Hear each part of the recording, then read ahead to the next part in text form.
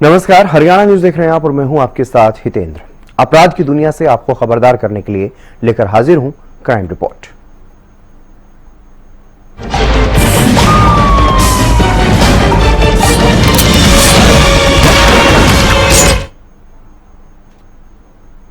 और crime report में सबसे पहले बात करते हैं कानून व्यवस्था की। प्रदेश में लगातार कानून व्यवस्था बिगड़ती हुई नजर आ रही है। एक के बाद एक धमकियों के मामले सामने आ रहे हैं। अभय चौटाला और फाजिलपुरिया के बाद अब रोहतक से एक और मामला सामने आया है, जहां कारोबारी डोली सरदार से प्रोटेक्शन मनी मांगी गई है। तो वही धमकी मामले पर इनेलो अध्यक्ष अभय चौटाला का बयान भी सामने आया है। रिपोर्ट आप देखिए।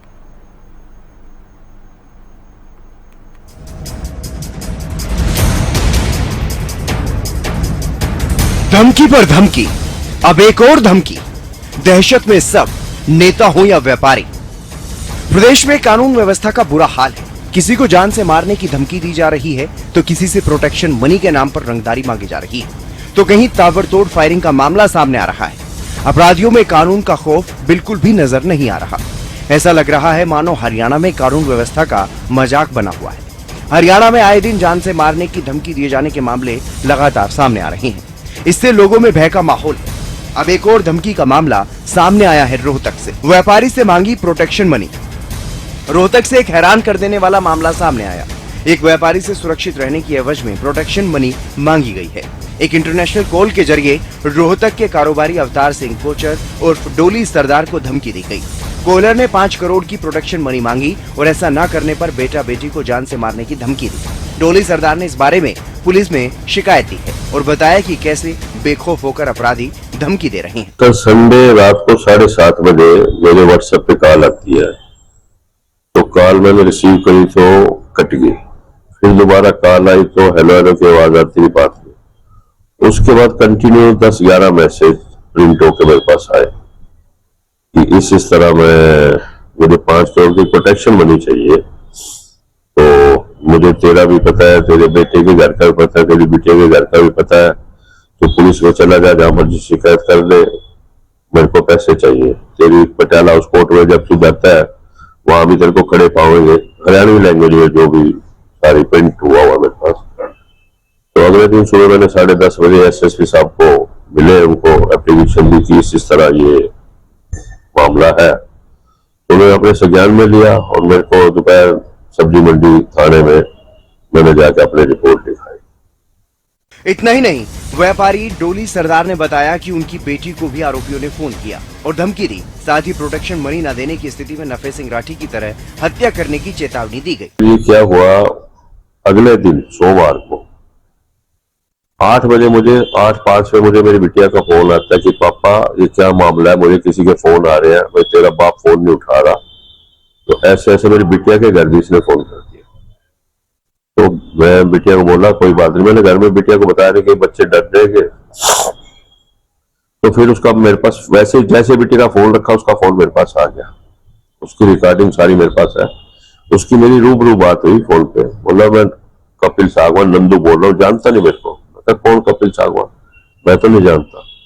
तो ये है तेरे बारे सारा पता है, फलाना है, 5 करोड़ रुपए चाहिए। मैंने नफे सिंह राठी एमएलए बहादुरगढ़ वाले को भी मारा है। मैं कहा मेरा उससे क्या लेना देना, मैं ना तेरे को जानता ना उसको जानता। उन्हें तेरे बता दिया ये है तेरी छोरी के वो निकले, तेरे घर गोली चलेगी, ये है वो, मतलब जो भी हो सकता है धमकियां उसे जी भर के धमकियां दी। कारोबारी ने बताया कि उनसे 5 करोड़ रुपए की डिमांड की गई है। उनका कहना है कि कारोबार के सिलसिले में उनका हर दिन का दिल्ली से रोहतक आना जाना रहता है। ऐसे में उनकी सुरक्षा का इंतजाम किया जाए, आरोपियों के खिलाफ सख्त कार्रवाई की जाए। उन्होंने बताया कि इससे पहले भी उन्हें धमकियां मिली, लेकिन तब पुलिस की तरफ से सख्त कार्रवाई हुई और उसी तरह अब फिर से उन्होंने सुरक्षा की मांग की। तो ये तीसरी बार हो रहा है मेरे साथ ऐसा। ये मैं कारोबार के सिलसिले में रोज रोहतक दिल्ली अप डाउन होता है। कारोबार दिल्ली है, होटल है मेरे वहाँ, यहाँ भी। तो पुलिस को यही है कि सुरक्षा की जाए जिस हिसाब से, और इसको तफ्तीश करके ढूंढा जाए ये कौन बन रहा है भाई कैसे। ये किस नंबर से आता है? ये बार का नंबर था जी, +44। एक तो पहले उस नंबर से आया था जिससे मैसेज है, जो दूसरा आया वो +66। दोनों बार के नंबर है। कितने पैसे की डिमांड की गई? 5 करोड़। बिल्कुल, बिटिया के घर से फोन कर दिया उसने। बिटिया का नंबर कहाँ से मिला, उसने बिटिया को फोन कर दिया। उसकी भी मेरी बिटिया ने कल महरौली थाने में शिकायत दिल्ली दर्ज कराई। अभय चौटाला को भी मिल चुकी है धमकी। इससे पहले हाल ही में इनेलो सुप्रीमो अभय चौटाला को भी जान से मारने की धमकी दी जा चुकी है। पिछले साल इनेलो नेता नफे सिंह राठी की हत्या हुई थी, उसी तर्ज पर अभय चौटाला को हत्या की धमकी दी गई। हालांकि धमकी मिलने के बाद अभय चौटाला की तरफ से चंडीगढ़ पुलिस थाने में शिकायत दर्ज करवाई गई। इस धमकी के बाद अभय चौटाला का बयान भी सामने आया, जिसमें उन्होंने कहा कि प्रदेश में कानून व्यवस्था है ही नहीं। काफी नहीं, कानून व्यवस्था है ही नहीं, खराब नहीं हो चुकी, कानून व्यवस्था खत्म हो चुकी। सर, जिस तरह से आपको धमकी मिली, ऐसे ही रोहतक में भी 105 करोड़ रुपए की धमकी मिली है। आपको भी मिल सकती है, आप भी ध्यान रखना। ऐसे लोगों के खिलाफ अगर आप कोई आवाज उठाओगे तो शायद आपको भी थ्रेट आए। सर, मुख्यमंत्री तो कहते हैं कि मैंने साफ कहा है कि या तो बदमाश हरियाणा छोड़ दे या प्रदेश। इस मुख्यमंत्री को प्रदेश छोड़ना पड़ेगा। पहले फायरिंग, फिर फाजिलपुरिया को धमकी। तो वहीं पिछले दिनों सिंगर फाजिलपुरिया पर जहां जानलेवा हमला हो चुका है, पिछले दिनों फायरिंग का मामला सामने आया था, तो उसके 1-2 दिन बाद सोशल मीडिया पोस्ट के जरिए धमकी दिए जाने का मामला भी सामने आया, जिसमें हमले की जिम्मेदारी गैंगस्टर सुनील सरदनिया ने ली और साथ ही करोड़ों रुपए के लेन देन की बात भी सामने आई, जिसमें फिर से धमकी भी दी गई। हालांकि पुलिस ने इस मामले में रैकी करने वाले एक आरोपी को गिरफ्तार कर लिया है, बाकियों की तलाश जारी। सभी मामलों में भले ही पुलिस की कार्रवाई जारी हो, लेकिन फिर भी प्रदेश में कानून व्यवस्था पर लगातार सवाल खड़े हो रहे हैं। Bureau report, Haryana news.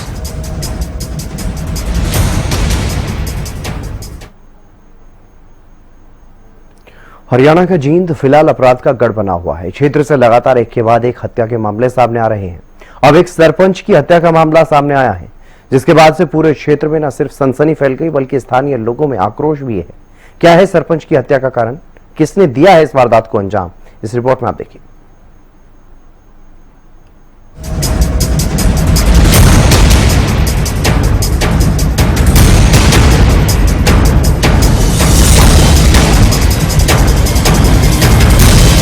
सनसनीखेज वारदात, सरपंच से छीनी रिवॉल्वर, सिर में मारी गोली। हरियाणा का जिला जींद, जिसे हरियाणा का दिल भी कहा जाता है, एक के बाद एक मर्डर की वारदात से थर्राया हुआ।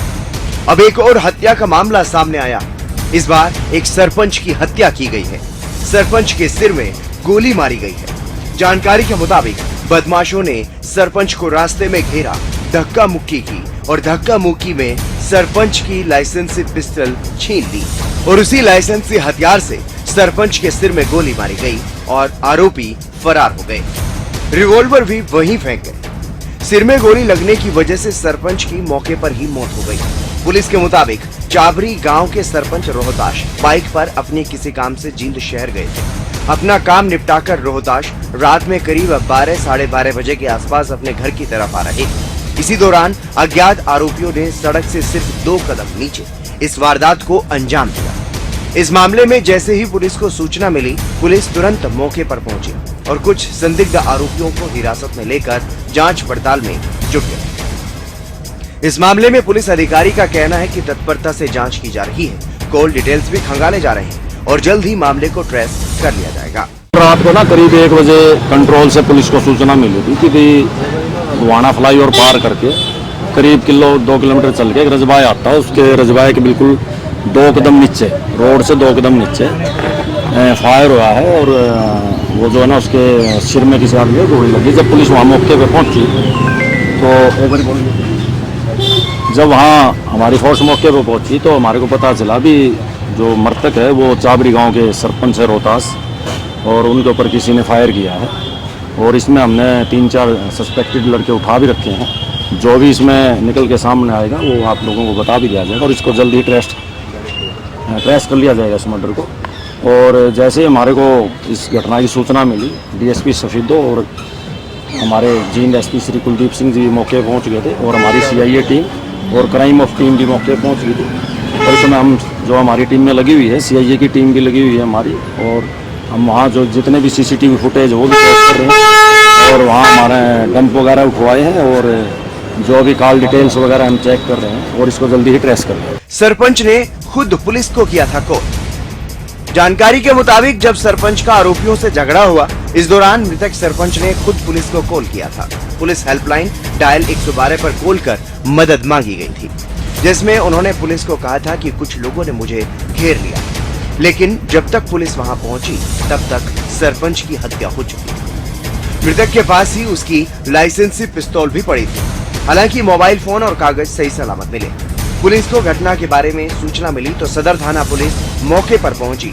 हत्यारों को पकड़ने के लिए नाकेबंदी कर सर्च अभियान चलाया, लेकिन आरोपियों का कुछ पता नहीं लगा। सर मृतक ने डायल 112 पे फोन किया था। हाँ, डायल 112 पे इन्होंने फोन किया, हमारे को सूचना मिली इस बारे में, लेकिन उनकी बस इतनी बात हो, उसकी भी मेरे को किसी ने घेर लिया। अराउंड क्या समय था सर जब सरपंच ने को खुद फोन किया डायल 112? जी, अराउंड क्या समय था सर? ये करीब 12 बजे के आसपास, 12 साढ़े 12। तो गोली मारने से पहले लूट भी हुई है क्या सर? नहीं, ऐसी कोई बात सामने नहीं, लूट की ऐसी कोई बात अभी तक सामने नहीं आई। वारदात की सूचना मिलने के बाद सिविल लाइन थाने की पुलिस वहां पहुंची। घटना स्थल का जायजा लेने के बाद डेड बॉडी को पोस्टमार्टम के लिए अस्पताल भिजवाया गया। पुलिस ने सरपंच के बेटे के बयान पर हत्या की एफआईआर दर्ज कर मामले की जांच शुरू की। जींद के डीएसपी संजय कुमार ने कहा कि पुलिस ने संदेह के आधार पर 3-4 लड़कों को हिरासत में लिया है, उनसे पूछताछ की जा रही है। और इसमें हमने 3-4 सच उठा भी रखे हैं। जो भी इसमें निकल के सामने आएगा वो आप लोगों को बता भी दिया जाएगा और इसको जल्दी ट्रेस कर लिया जाएगा इस मर्डर को। और जैसे ही हमारे को इस घटना की सूचना मिली, डीएसपी सफीदो और हमारे जींद एसपी श्री कुलदीप सिंह जी भी मौके पर पहुँच गए थे और हमारी सीआईए टीम और क्राइम ऑफ टीम भी मौके पर पहुँच गई थी। और इसमें हम जो हमारी टीम में लगी हुई है, सीआईए की टीम भी लगी हुई है। लेन देन, गैंगवार या कुछ और, सरपंच हत्या मामले में जब पुलिस ने हत्या का कारण जानने की कोशिश की गई और पूछा गया कि हत्या रंजिशन की गई है या किस कारण इस हत्या की वारदात को अंजाम दिया गया है, तो पुलिस अधिकारी का कहना था कि मामले में अभी जांच की जा रही है। अभी तक ऐसी कोई भी बात सामने नहीं आई। क्या एंगल शुरुआती दौर में क्या सामने आया सर? क्यों की उन्होंने हत्या, कुछ पता लगा सर? नहीं, अभी तक ऐसी कोई बात सामने नहीं, आगे इन्वेस्टिगेशन का हिस्सा मैं। सर 2 चर्चाएं हैं इस एंगल में, एक रात का एंगल है, क्या पुलिस के पास नहीं ऐसी सूचना है सर?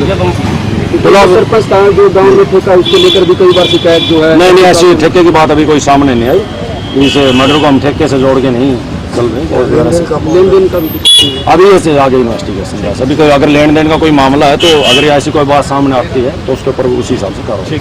मूल रूप से सोनीपत का रहने वाला था मृतक। जानकारी के अनुसार मृतक सरपंच रोहताश मूल रूप से सोनीपत का रहने वाला था, लेकिन 25 साल पहले चाबरी गांव में आकर रहने लगा था और तब से यहीं रह रहा था। जींद में लगातार बढ़ रही वारदातें। सरपंच की हत्या के बाद गांव के लोगों में आक्रोश है, क्योंकि पिछले कुछ दिनों से इलाके में हत्या की वारदातें लगातार बढ़ रही हैं। कई लोगों के मर्डर किए जा चुके हैं, जिससे लोगों में अब भय का माहौल भी देखने को मिल रहा है। पिछले दिनों में हुई वारदातों को लेकर पुलिस अधिकारी का कहना है कि पुलिस लगातार अपना काम कर रही है। अभी तक हमारी नॉलेज में ये बात नहीं, अगर ऐसी कोई बात सामने आती है तो उस पर भी कार्रवाई होगी। सर पिछले 1 महीने में 16 मर्डर किए हुए होते हैं, तो इसको आप किस एंगल से? तो पुलिस तो लगी हुई है, हमारे पेट्रोलिंग लगातार हमारी पुलिस कर रही है और हमारे नाके लगातार पुलिस के चल रहे हैं और पुलिस के पूरे प्रयास है कि भी हमारे जींद के अंदर कोई भी क्राइम ना हो, किसी भी प्रकार का क्राइम ना हो। पुलिस की तरफ से भरपूर प्रयास इस चीज़ के हैं। लेकिन कहीं आप ये तो नहीं मानते हैं कि अपराधी बेखौफ हो गए? नहीं, ऐसी कोई बात नहीं बेखौफ वाली। देखो, जिसमें क्राइम जो हमारी जींद में जितने भी क्राइम अभी तक हुए हैं, तो मैं ज़्यादातर हमारा मानना ये है कि जो है उत्पातिया क्राइम ज्यादा है। चाहे गैंगवार में अपराधी किस्म के लोगों की हत्या का मामला हो या फिर अन्य मर्डर के मामले, क्षेत्र में इस तरह की खौफनाक वारदातें थमने का नाम ही नहीं ले रही हैं। इसी को लेकर लोगों में खासा रोष देखने को मिल रहा है। हालांकि पुलिस अधिकारियों का कहना है कि वो अपराध पर लगाम लगाने के लिए भरसक प्रयास कर रहे हैं, लेकिन अपराधियों में कानून का कोई खौफ नजर नहीं आ रहा। जींद से अमरजीत की रिपोर्ट, हरियाणा न्यूज।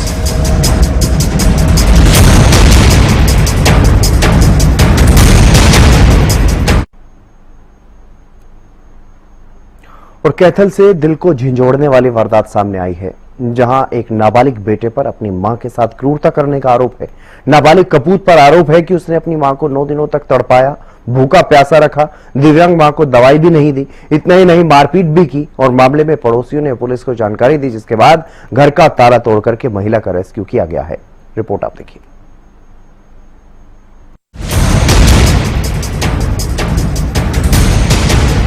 माँ का ये कैसा हाल।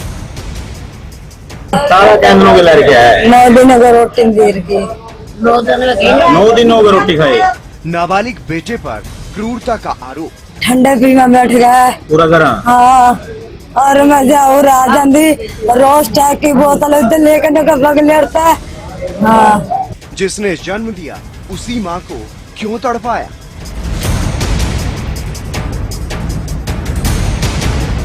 दिल को झंझोड़ कर रख देने वाला यह मामला कैथल से सामने आया है, जहां एक नाबालिग बेटे पर अपनी मां के साथ मारपीट करने और 9 दिनों तक भूखे प्यासे तड़पाने का आरोप।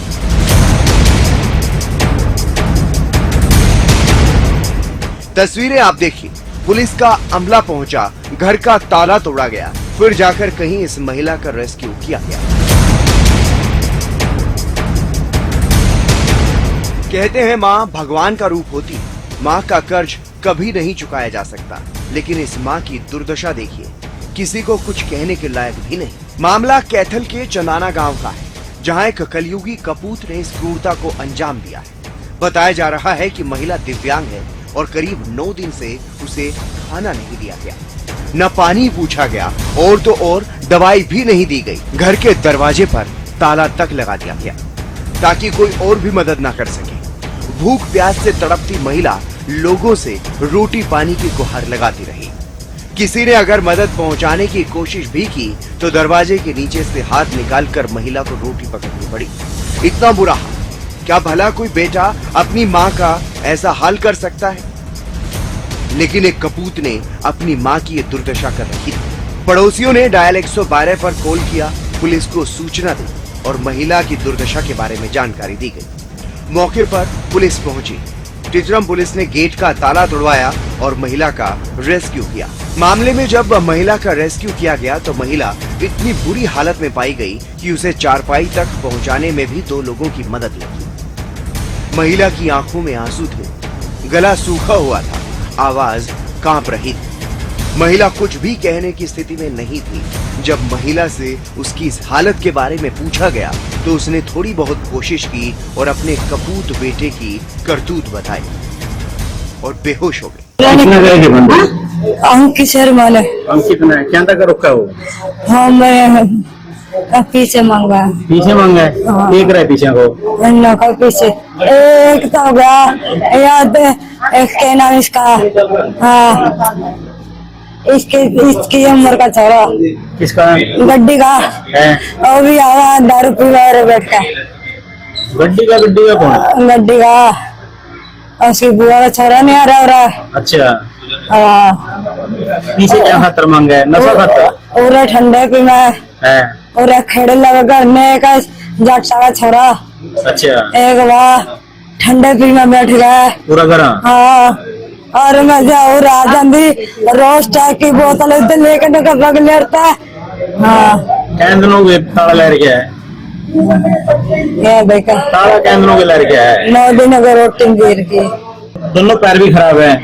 हाँ। देखिए भाई बताया जाए। अच्छा उसने भी बात करी थी आपकी सासू ने भी? बीमारी कुछ नहीं थी। संदीप का और गिर गया देर रात 9 बजे। संदीप का भी बात हुई कुछ? पुलिस वाले आए थे चित्रम थाने में था हाँ, और जिदा रहेगी भगवान ने गिरवाई थी मैं। अच्छा जानकारी के मुताबिक महिला के पति की सड़क हादसे में पहले ही मौत हो चुकी है। वो अपनी सास से अलग रहती है। उसका 17 साल का बेटा है जो 1-2 दिन में रात को घर आता है, उससे पैसे मांगता है और उसकी पिटाई करता है।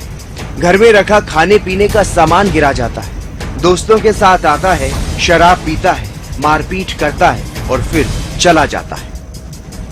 और अगर कोई पड़ोसी महिला की मदद करता है तो उनके साथ भी गाली गलौज करता है। मामले में रेस्क्यू के लिए पहुंचे पुलिस अधिकारी का कहना है कि परिजनों को बुलाकर समझाया गया। पीड़ित महिला को इलाज के लिए अस्पताल में भर्ती करवाया गया।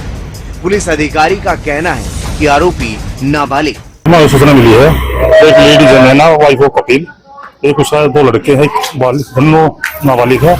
एक लड़का उसका 12-13 साल का जो उसको अंदर रोक के ताला लगा के और चला गया था। कैसे हालात में इसी बीमार बता रही थी सारे पड़ोसी, कई दिनों से कई 6 महीने से बीमार चल रही है और उसका पता एक्सीडेंट में गुजर गया था। कार्रवाई क्या रहेगी? कार्रवाई ये है जी, एम्बुलेंस बुलाई है, इसका लड़का आ गया है, इसको एडमिट कराएंगे इलाज के लिए पीजीआई अपने कैथल। नाबालिग है जी। परिजन आए तो परिजनों से कुछ बात हुई है? कैसी है इसकी? इसका लड़का जी समझ में इसकी 700,000 लग रही है, ठीक है। इसको बोले धनु टीम संभाले करे करो, या मेरा लड़का मेरे पास मेरा दिमाग नहीं, रोटी रट्टी पहुंचा दी धनु टीम में लड़का। जिस प्रकार से अंदर कुछ नशा वगैरह मिली है, वो क्या संकेत करता है? तो रखिए सामने आपके पास, क्या किस और संकेत करती है? ये तो अपराधी मामला हो सकता है, कुछ भी कर सकते, बालिग किसी पता ही नहीं चीज का। कि बच्चे इस प्रकार से उम्र है जो नाबालिग है, अंदर का नशा मिलना कहीं ना कहीं नुकसानदायक है जी, बिल्कुल। ये मामला जितना इंसानियत को शर्मसार कर देने वाला है, उतना ही दर्दनाक भी है। एक नाबालिग बेटा, जब इस बेटे को माँ ने जन्म दिया होगा तो न जाने क्या क्या सपने सजाए, लेकिन बेटा कपूत निकला और अपनी माँ के साथ ही बर्बरता की हदें पार कर माँ के साथ मारपीट करता और पिछले 9 दिनों से न खाना दिया, न पानी, न दवाई। इतना ही नहीं, घर से एक गंडासी जैसा तेजधार हथियार भी मिला और जिस तरह की जानकारी सामने आई है, नाबालिग बेटा नशा भी करता है। ऐसे में अब पुलिस आगामी कार्रवाई में जुट गई है, तो वहीं हर कोई हैरान है कि एक बेटा अपनी बीमार और दिव्यांग मां के साथ इतना अमानवीय व्यवहार भला कैसे कर सकता है। अब लोग मांग कर रहे हैं कि प्रशासन ऐसे कपूत बेटे पर सख्त कार्रवाई करे, ताकि भविष्य में किसी भी मां को ऐसी पीड़ा न सहनी पड़े। कैथल से मनोज मलिक की रिपोर्ट, हरियाणा न्यूज।